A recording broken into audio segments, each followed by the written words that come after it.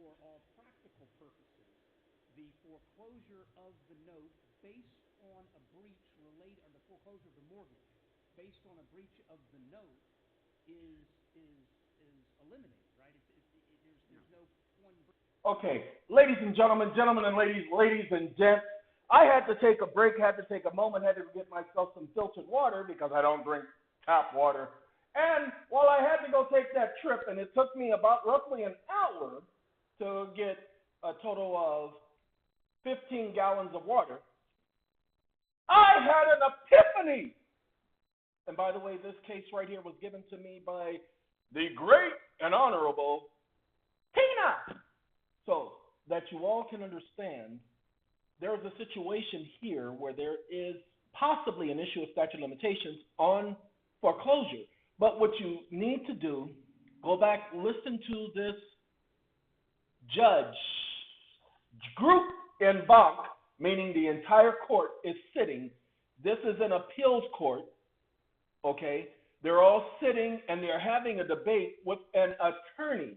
This attorney is backpedaling. He's trying to bring forth, and you're going to hear him say when you listen to this, because we're not going to play it. When you listen to this, you're going to hear the attorney say, well, no one else has brought the argument quite like I brought it, or they didn't put it in the words that I put it, okay? Then the court asked, well, the state of New York has this, blah, blah, blah. Hold on. I'm going to play that section. No, Your Honor, because the mortgage is a separate entitlement of the mortgage holder, the mortgagee. But and there's separate obligations that may arise, like the obligation to pay taxes or the obligations of insurance.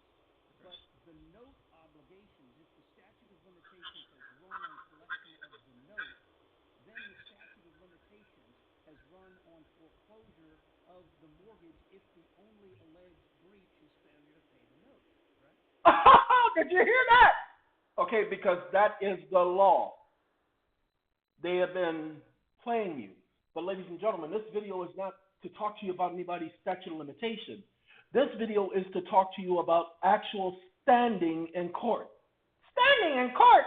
What do you mean by standing? STANDINGNCOURT.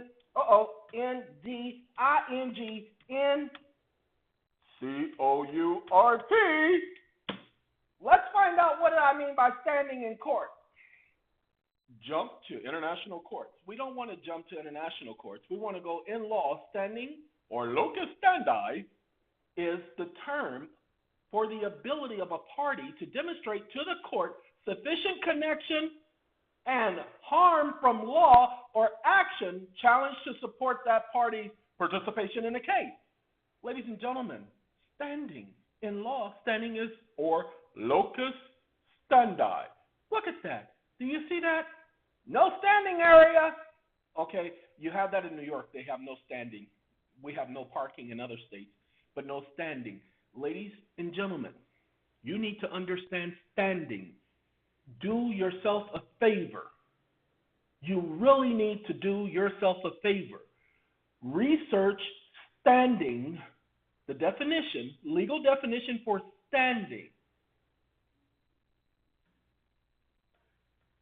The legally protectable stake or interest that an individual has in a dispute that entitles him to bring the controversy before the court to obtain judicial relief. Standing, sometimes referred to as standing to sue, is the name of the federal law doctrine that focuses on whether a prospective plaintiff can show that they have some sort of right. So what you want to do is not just look up standing, look up the federal or the legal doctrine. Not the federal doctrine, the legal doctrine. What's the legal doctrine? We're going to find out. We got to go up, up, up, up, and away! Hold on. The legal doctrine, standing to sue. Now, they have scholarly articles. Scholarly? What does that mean? Is it a constitutional blah, blah, blah, blah, blah? Let's go to the scholarly articles. We can go to Britannica, but I want you to go to the scholarly articles. Why do you want to go to scholarly? Because scholarly is the articles that's going to list the case law. Okay?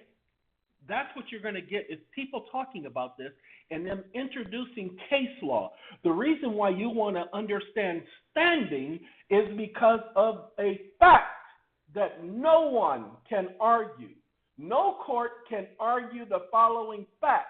I need you to hold on. I got to be right back because I'm going to put on some music. That's right. I can't go without my music. Hold on. Got to show y'all something. Now, ladies and gentlemen, I've not done this before. See, this is Bluetooth. So, never have I played Elvis on a video like this. Not no Love Me Tender. I played other Elvis like The Ghetto. But Love Me Tender, I'll let Elvis play in the background. And this is the acoustic Love Me Tender. Okay. But let's get back to this.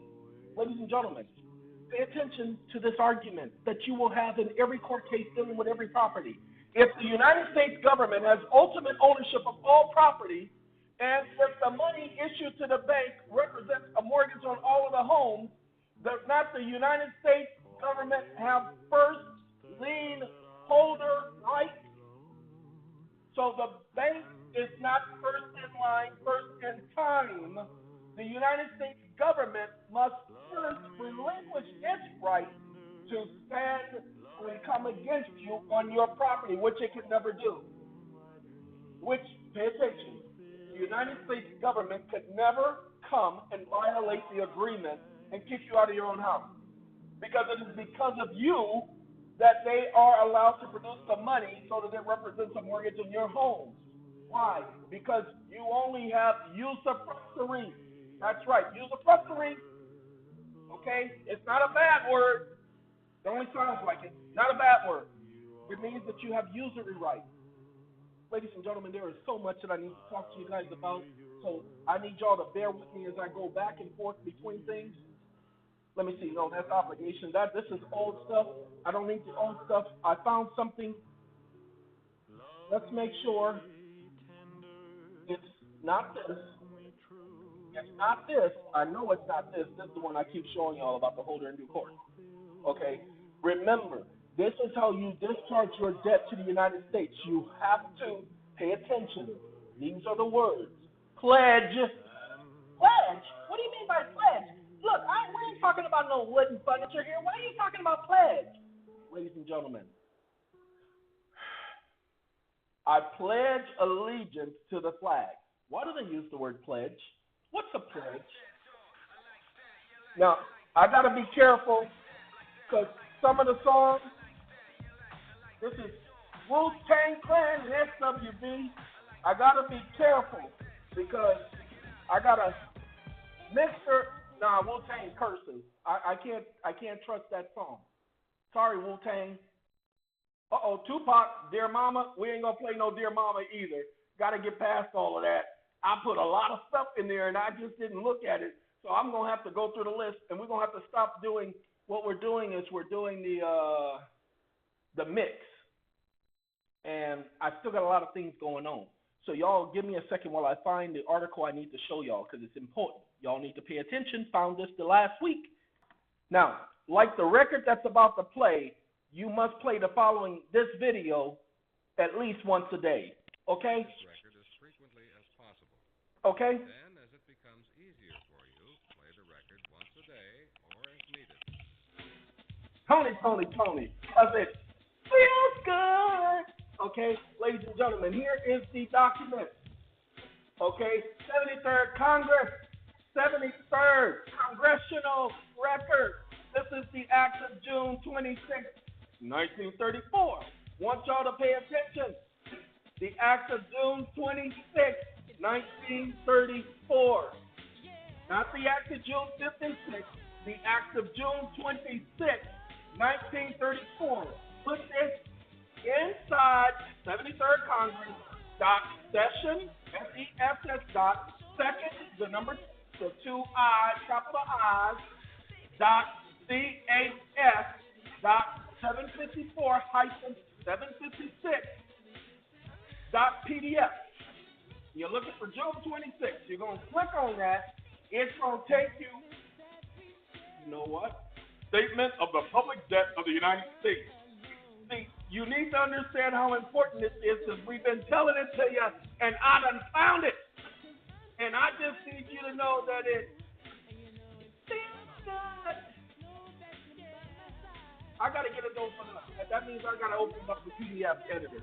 I don't want to open it up the PDF editor, but I got to, y'all, because I got to show it to y'all.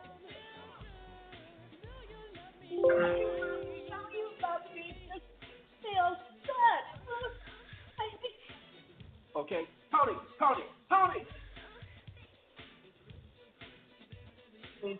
Asking if the rest of the chicken, baby, let me take you away. Okay. Last night wasn't fun. All right, ladies and gentlemen, we got some talking to do, so I want y'all to get some popcorn because we're about to enjoy ourselves for a moment, all right? And I am so glad that I'm on this tip because I'm going to bring it all together in just a second. I need you guys to pay attention to what's being done here. If by reason of death or disability, other cause, an individual for whom a function is assigned under this section has been or shall be rendered unable to perform such functions, the Commission is authorized to designate or employ such other person as it deems competent to perform the function. Do we care about that? No, we don't care about that. But what do we care about? We care about the people. Power to the people. All right, pay attention and act. What act is this one? Pay attention. It was approved July 7th, 1932. So this happened before all the other junk. Pay attention to what goes on. Being enacted as this in the House of Representatives of the United States of America Congress assembled, that the first sentence of the act entitled an act to provide for fees for entry of a publication of second class. Nope, that's not it. Sorry, there's a lot of acts here, so I got to get the right one. Sorry. Hold on. Affect the portion of the prevent continuing appropriations from the general fund and the treasury disbursement. Okay, ladies and gentlemen, this is where we're going to start with our understanding what you guys need to understand. You're going to go over this act, this particular act. Now it says, pay attention, it's the act of July 1st, 1935. However, they may call it something else, but this is how you're going to find it. Chapter 756. This June 26, 1934. It still says the same thing. 3. Okay? But we're going to find it here. Okay? Any unobligated balance under such account as of June 30th, 1935 shall be covered into the surplus fund of the Treasury. What happens to the obligated balances? Hold on. Y'all need to pay attention. We're going to keep going down. I wish I had this in text form. I should pull this up in text form so I can go right to it. But I may have to put you guys on hold so I can show you. There is something specific about this act. And we're not worried about all these different cities and towns. You guys will have to go over that. I'm even trying to do that.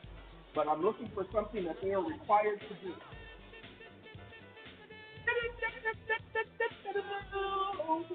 I'll be right back, ladies and gentlemen. Tony's going to be gone by then, but I'll be right back because I have to find the exact sentence. Sorry, I highlighted it, but I didn't. So you're just going to have to bear with me. No, I would be wrong if I did that, ladies and gentlemen. I have to show you this. I would be wrong because some people are going to find this information really, really, really, really, really, really pertinent. And so that's why I have to show you this. Let me go to the next song. Give me 1 second. I gotta find out what the song is first before I go there because, you know, like I said, I put a lot of songs in there and some of them are the right song. See, I can't play that because I don't know who that is. And it's called Basic Black. I've never heard the song. Like I said, I downloaded a lot of stuff and I can only play what I know. And I didn't have time to find what I knew, so I just picked. Prince, I like you, you're my boy and everything, but we're going to skip you because Justin Timberlake just sat up there and made an idiot out of himself. At first, I thought Justin Timberlake learned how to dance and everything. That boy can't dance to save his own life or anybody else's. And no, I don't care about Justin Timberlake doing Prince's song. Father MC? I don't want Father MC. Don't want no Father MC. I don't even know who Father MC is, y'all. I ain't heard of him in a long time. I mean, he that old, he should be called Grandpa MC. Okay? Oh, there's a Grandpa MC? I don't care. sorry, Ralph Trazvan, he's going to be saying sensitivity. Now, like I said, I need y'all to pay attention. Y'all really do need to pay attention to this because I didn't go over this before until just now. Can y'all, claims arising from operations under Wheat Price Guarantee Act? I don't know anything. Do you guys know anything about that act? Well, I'm not concerned about that act. That act doesn't mean anything to me. You know what act means something to me? Bounty for destruction of enemy vessels. Interesting, ain't it? They get paid for destroying property. Bounties is what they receive. That's the 14th Amendment, section number 4. Okay? I just need you guys to understand that so that you get it, so that you must get it. Ladies and gentlemen, you need to pay attention to this section. I am very certain this is one of the sections. This is not the actual act. The act of May 12th, 1933 is the act that is more important.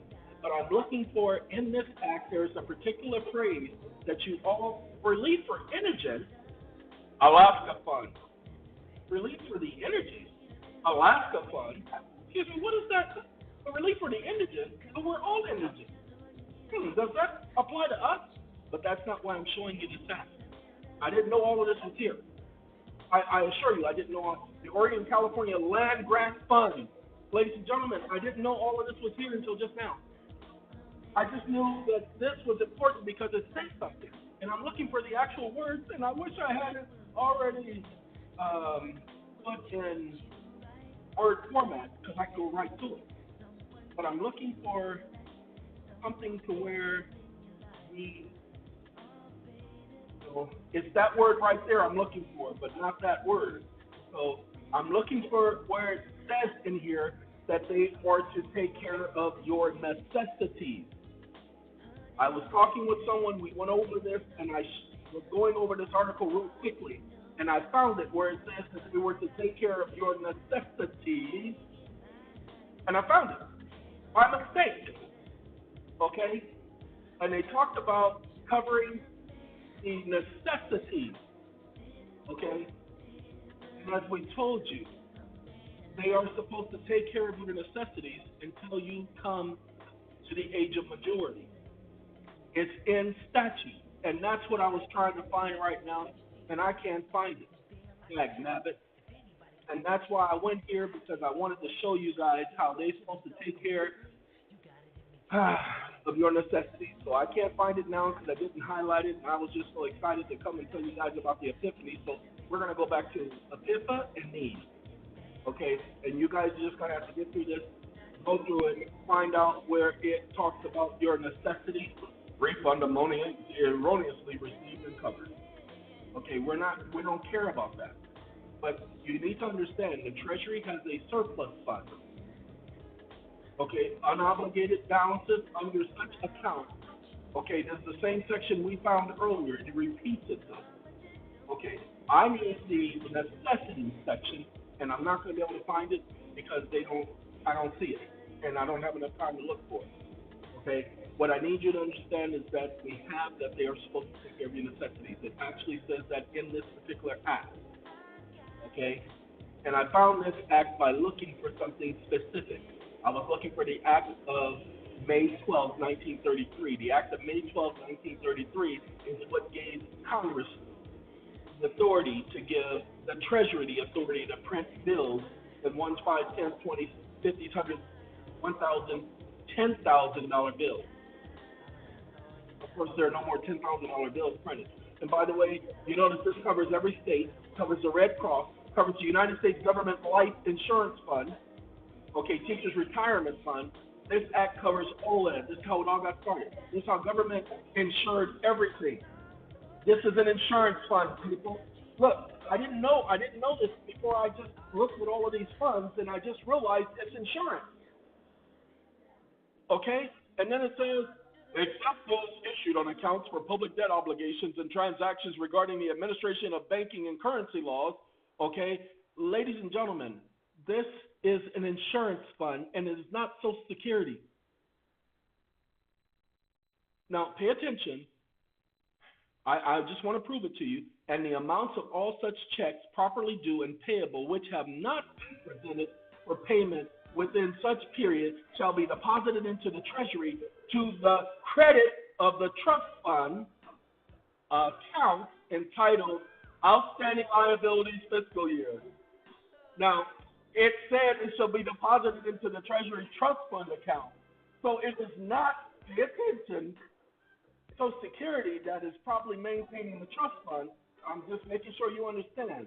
It is not possibly Social Security that is maintaining the trust fund. It is more than likely the United States Treasury. The balances of outstanding liabilities account now carried on the books by the government representing the amounts of unclaimed checks shall be transferred to the account outstanding liabilities 1934.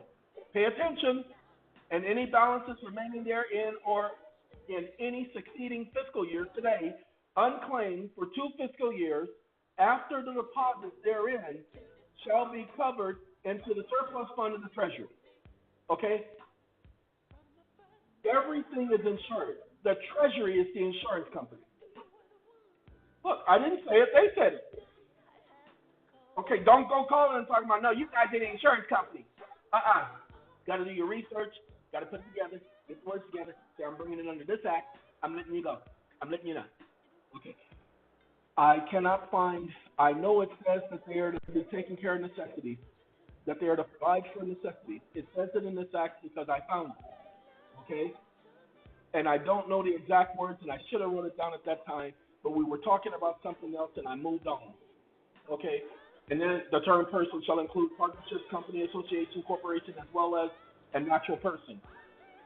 Okay? United States means the states of the United States and District of Columbia. District of Columbia is not a state, and you cannot use state to define itself.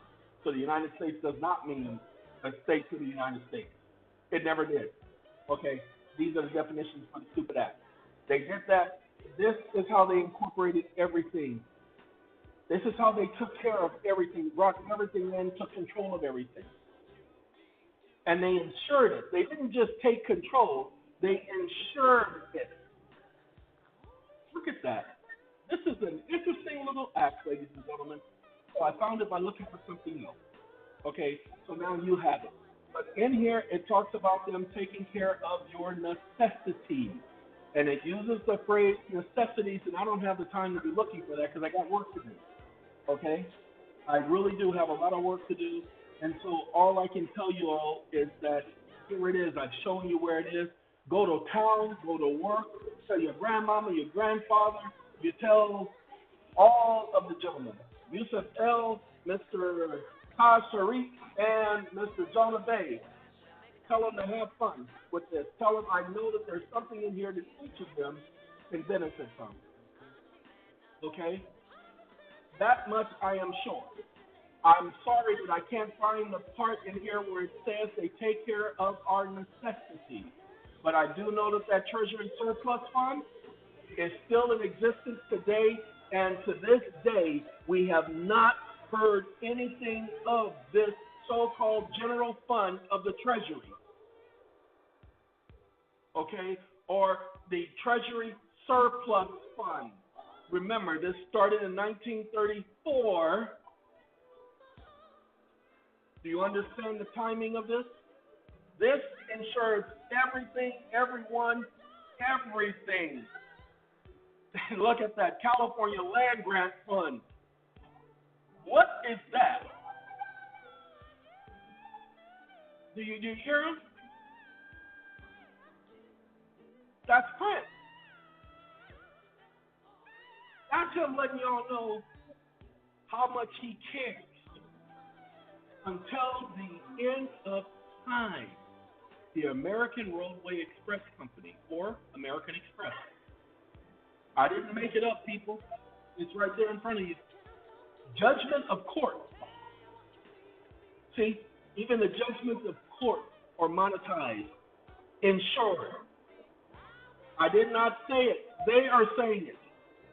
Okay? But I promise you there's something in here to help all of you out there doing research. Guarantee it.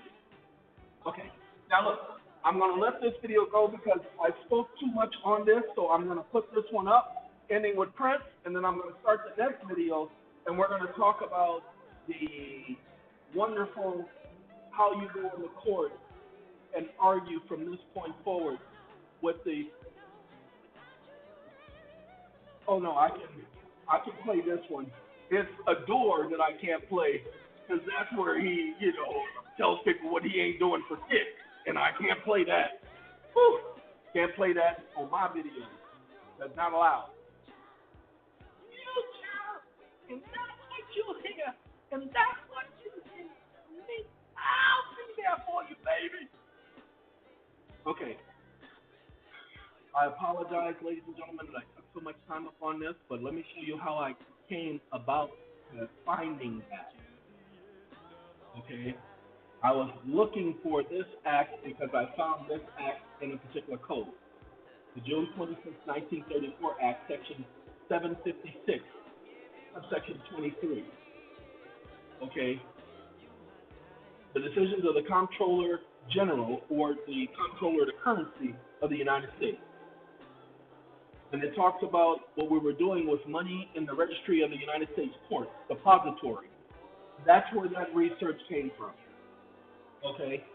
That research came from that, and this is what we found as a result of that. Okay?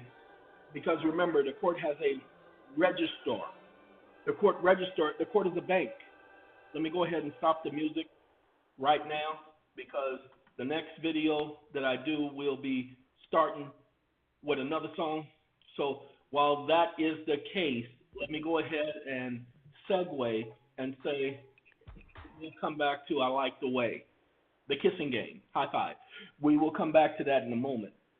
The reason why it was necessary for me to show you that, because that's what I found last week.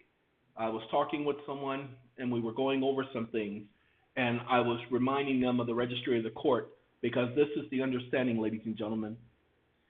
When you have these mortgage cases, and we'll talk about this on the next video, so all you have to do is just go to the next video. This video I'll be ending in a second. But when you file these unlawful detainers, they have these things filed against you and all of that.